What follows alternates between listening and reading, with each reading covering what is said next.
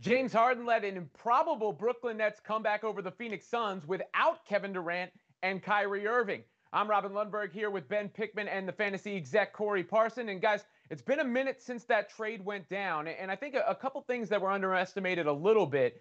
Harden brings something to the table that Durant and Irving don't. His ability as a playmaker. I put him right up at the top of the league there with the likes of LeBron James and Chris Paul when it comes to seeing the floor and setting others up. And he's leaned into that in Brooklyn.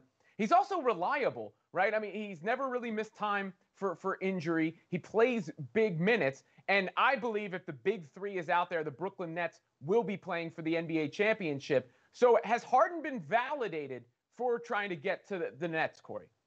Yeah, I believe so. I think that James Harden's actually played very well since he joined the Brooklyn Nets. And now you look at a player, listen, he's come out there. Kyrie Irving has told him, listen, you go ahead and you run the point guard. I think, really, honestly speaking, James Harden might be the greatest offensive player I've ever seen.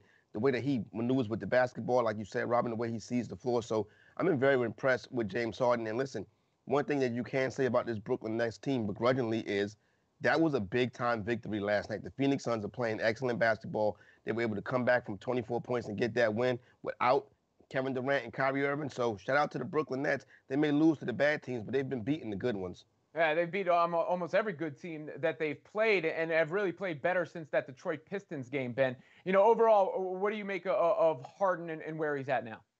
I think what's most impressive is his ability to kind of fit in and play a number of different roles, whether it's scoring, passing, or rebounding, right? You look at it, and James Harden currently is averaging his lowest points per game average since he was with the Oklahoma City Thunder. And yet, he's averaging his best marks in both assists per game and rebounds per game. He's fit right in and been Brooklyn's lead ball handler. We heard Kyrie Irving's comments where he said that James Harden is now the point guard of this team, and we've really seen that come to fruition, right? You look at James Harden, he leads the Brooklyn Nets in touches. He averages more than 20 touches per game, more than Kyrie Irving, and he also leads them in passes per game, a handful amount, a 20 or so more than Kyrie Irving as well. And so we've seen James Harden fit in and immediately take control of this offense. But what is so impressive is he's not just taking control in the way he did in Houston, where it's dribble, dribble, dribble, shot, but it's that playmaking, it's that rebounding, it's that ability to create for others and still be able to get his own shot when he needs it. That's what makes this Brooklyn Nets team so dangerous and what's made James Harden's integration into this team so impressive. He's